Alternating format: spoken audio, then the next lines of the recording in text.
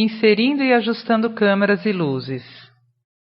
Em uma nova disposição de painéis e enquadramento, podemos observar bem melhor o terreno que foi criado na etapa anterior. Ele se encontra bastante acidentado, com muitos relevos altos e baixos, estabelecendo um forte contraste. Em um projeto convencional, não seria aconselhável deformá-lo nesta intensidade como aparece na tela, mas para o nosso objetivo, ele irá nos servir. Vamos afastar um pouco o ângulo para que entenda melhor a sua complexidade.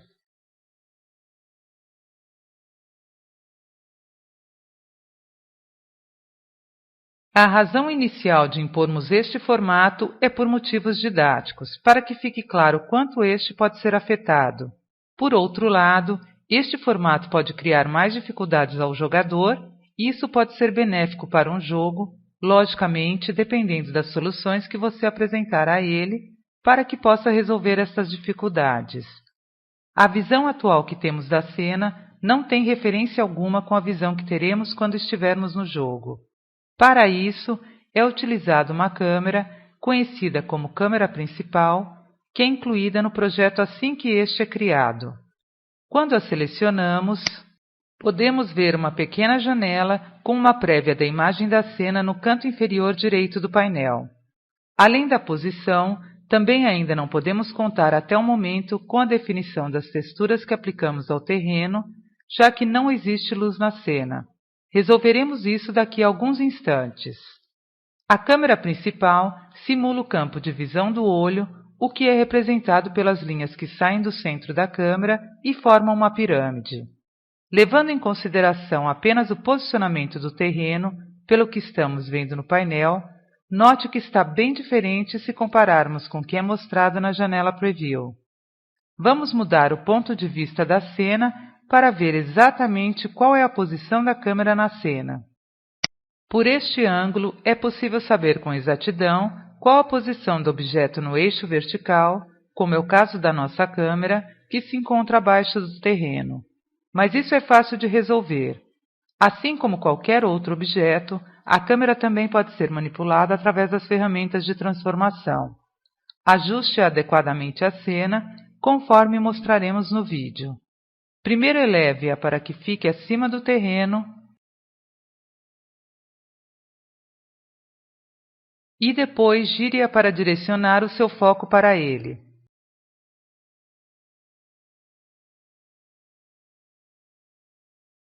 Como se pode facilmente perceber, a câmera ainda não está bem colocada.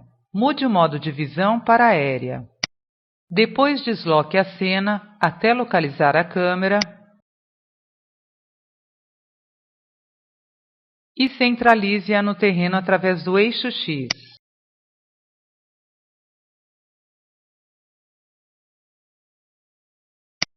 Agora temos uma visão geral da cena com o objeto devidamente enquadrado. Voltemos ao modo de perspectiva.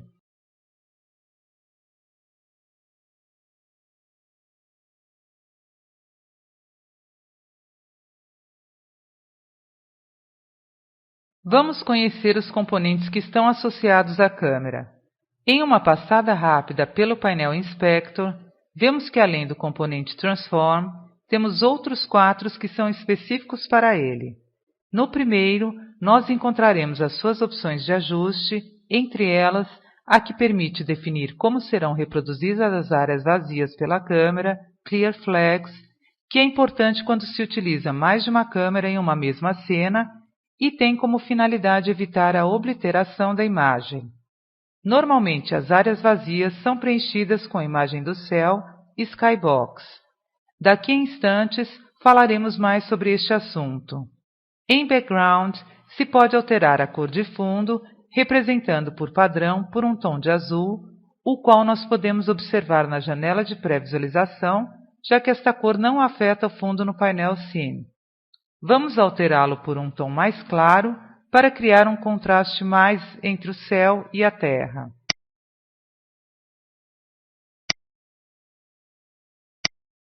A opção Culling Mask controla o que será mostrado ou removido do processo de renderização da câmera e assim evita que algum deles venha obstruir a visão do jogador. Este processo se faz através do gerenciamento das camadas, ligando ou desligando-as quando necessário. Em Projection, temos um menu com opções que permitem alterar o tipo de visão entre perspectiva e ortográfica. Para o primeiro, como já dissemos, a área abrangida parte de um ponto onde a câmera se encontra e abre-se em direção ao infinito. No caso da vista ortográfica,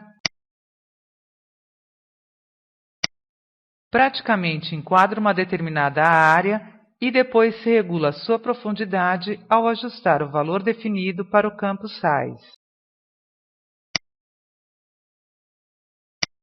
Nos campos do item Clipping Planes, nós determinaremos o ponto mais próximo de onde irá se iniciar a renderização da visão da câmera e o ponto mais distante, que será o seu alcance máximo.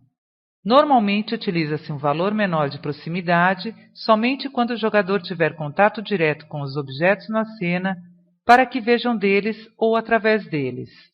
Lembre-se apenas que quanto menor for a diferença entre os pontos, mais rápido será a renderização da imagem. Através dos campos que aparecem no item Normalize Viewport Rect, iremos definir as dimensões e posição da área que será renderizada, a profundidade da câmera, o modo de renderização e alguma textura em particular. Os 3 componentes restantes não possuem controles. Vamos apresentar cada um deles. GuiLayer permite a renderização de imagens bidimensionais no Unity, conforme veremos mais para frente.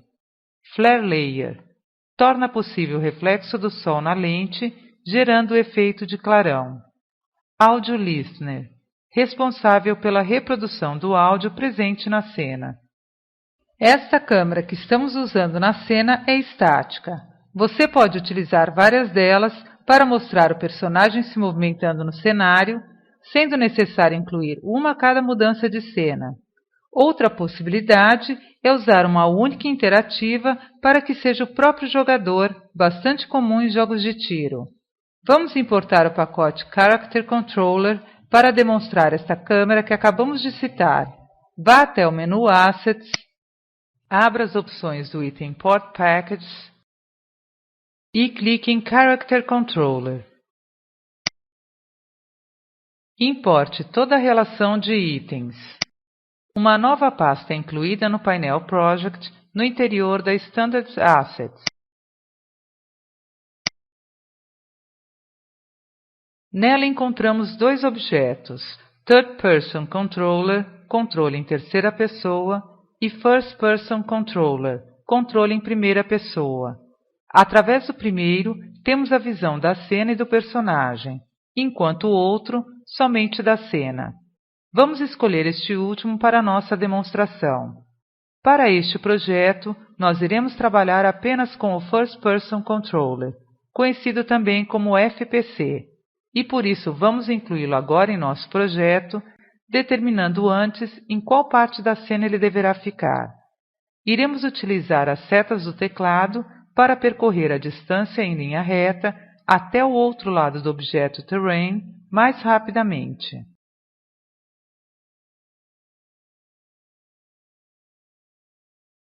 No meio do caminho, pare para ajustar a posição da cena e volte a seguir linearmente.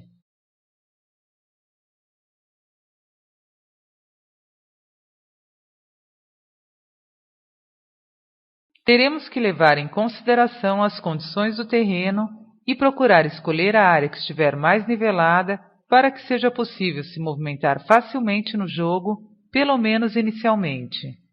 Giraremos a cena à procura deste ponto correto.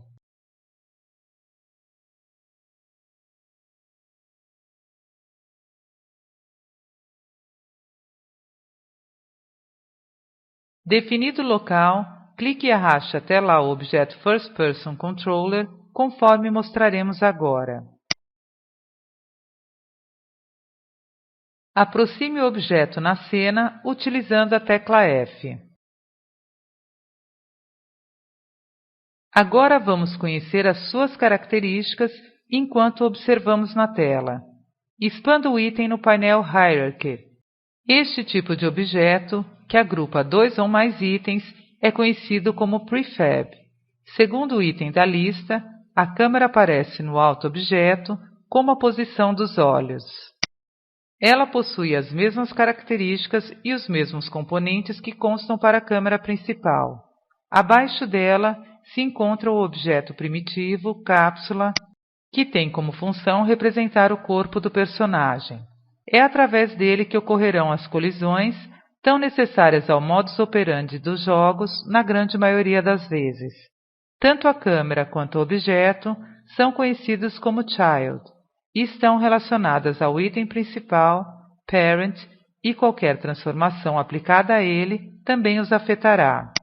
Como já dissemos antes, o que faz a câmera ser interativa é uma rotina de programação, e o objeto First Person Controller, FPC, tem alguns scripts vinculados a ele.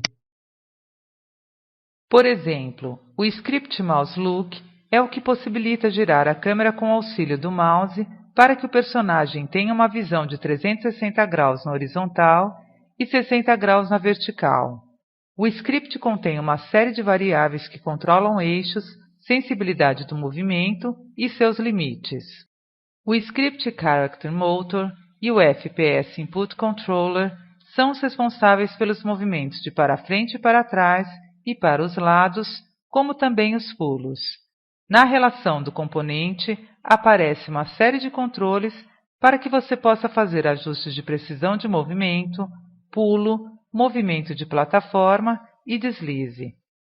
Note que no item Movement há uma opção que controla a gravidade, que faz com que ocorra uma simulação de um movimento real.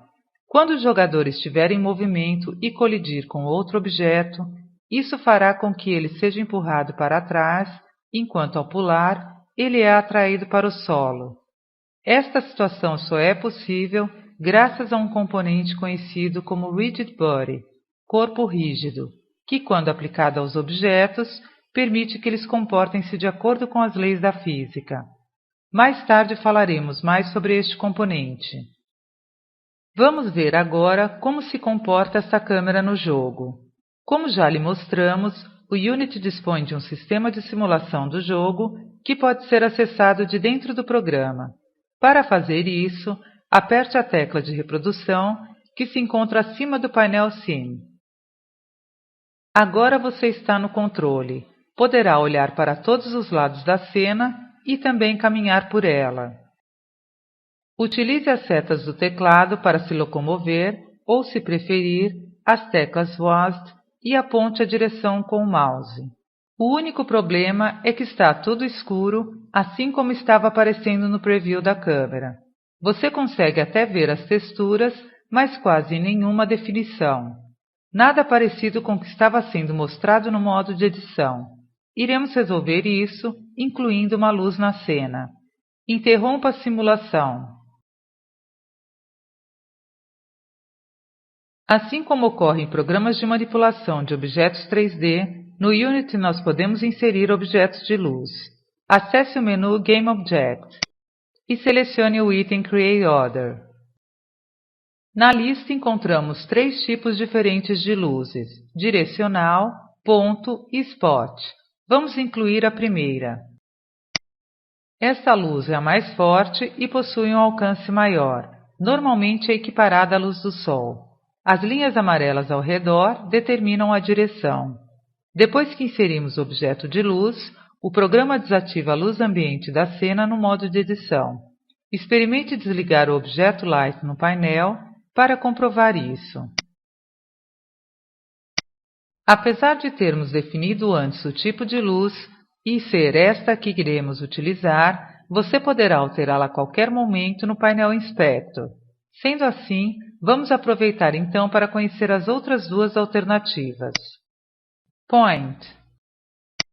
Os pontos de luzes são utilizados para iluminar uma pequena área sem muita intensidade, como ocorre com as lâmpadas convencionais. Spot. Iluminam áreas específicas através de um cone de luz, simulando, por exemplo, uma lanterna, farol ou abajur. O cone encontra-se para cima, mas você poderá girar o objeto até que a direção esteja correta. Vamos voltar a selecionar a luz direcional para continuarmos a explicar as suas propriedades. Entre os controles disponíveis para o componente Light, temos o que altera a cor da luz,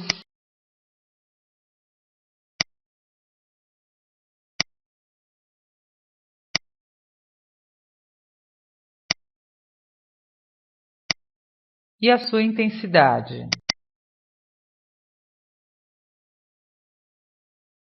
As outras opções permitem aplicar texturas à luz para criar projeções com formas diferentes, incluir sombras, sendo que neste caso é preciso ter a versão profissional do programa, incluir brilho e ainda definir o modo de renderização e o que será iluminado.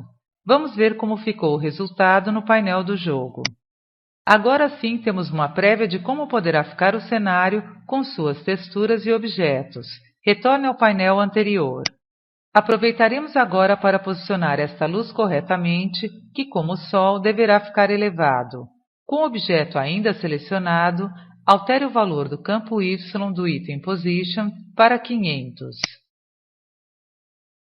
Isso não afetará em nada a iluminação atual. Veja como está nossa cena na simulação do jogo.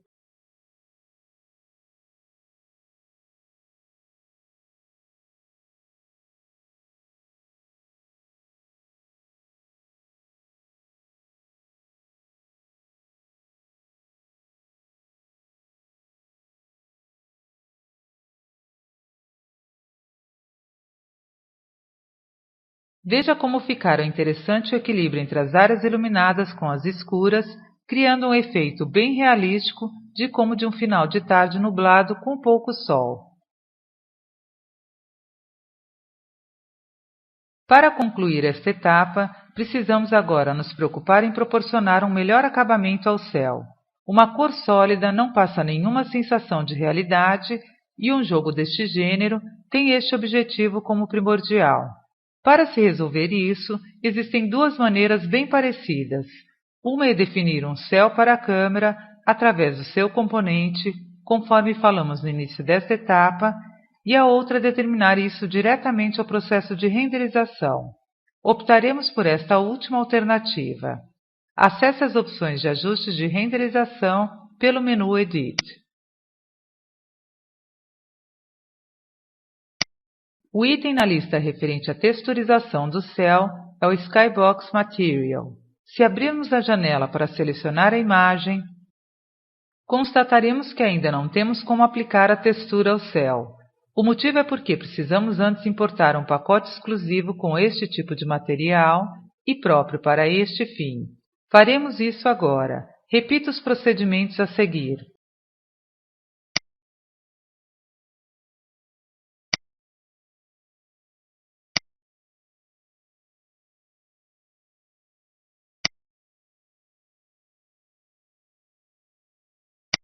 Uma pasta denominada Skybox é incluída no painel do projeto.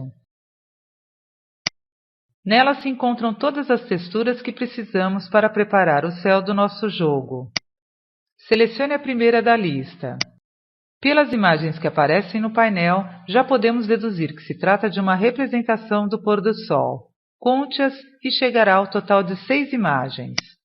A razão disso é que quando aplicamos o Skybox, estamos na verdade utilizando um conjunto de imagens que irão mapear o lado interno de uma caixa, ou seja, a textura passa a assumir cada uma das faces de um cubo imaginário que cerca todo o nosso ambiente. Existem algumas texturas bem interessantes.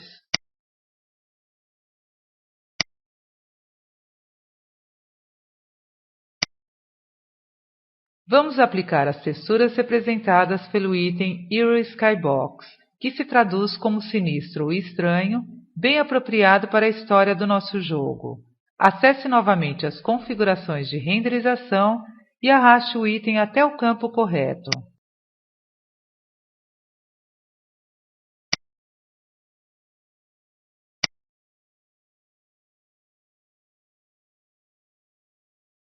Ative a simulação do jogo mais uma vez para verificar como ficou o céu.